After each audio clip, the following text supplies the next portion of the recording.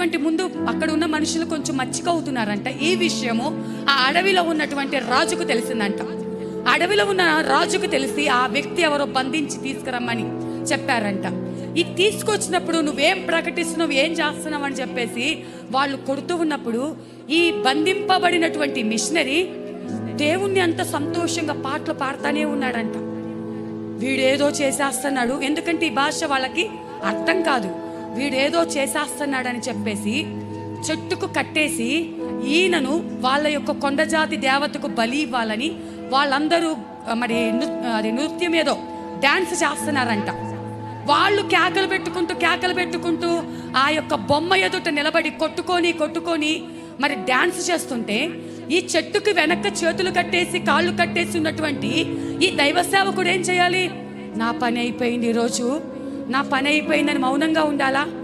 మౌనంగా ఉండట్ల. అసలు వీళ్ళు ఏమంటున్నాడు అర్థం కాకే వాళ్ళు ఈయనను చంపేయాలని చూస్తున్నారు. ఈయన మరి ఎక్కువగా గొంతు స్వరం ఉపయోగించి దేవుణ్ణి ఇంకా గట్టిగా స్తుతిస్తూ పాటలు పాడుతున్నాడంట. అక్కడ ఉన్న వాళ్ళకి ఈయన మీద కోపం వచ్చిందంట.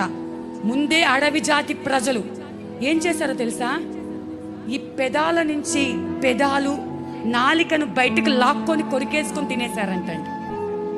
మీకు అర్థమవుతుంది? కలిగిన నా దేవుని ఎదుట నిలబడిన నేను మౌనంగా ఉండటానికి వీలు లేదని ఆ చనిపోయే చివరి దినాలలో కూడా ఆ దైవ సేవకుడు దేవుణ్ణి స్తుతిస్తూ ఉంటే వారికి ఆ యొక్క కోపం వచ్చి ఆ పెదాలను నాలుకను బయటకు లాక్కొని కొరికేసి ఆ తర్వాత ప్రాణం పోయిందంట. కానీ ఆ యొక్క మరణము వృధా కాలేదు. ఆ తర్వాత వచ్చినటువంటి దైవ సేవకుల ద్వారా ఆ ప్రాంతం అంతా రక్షించబడింది.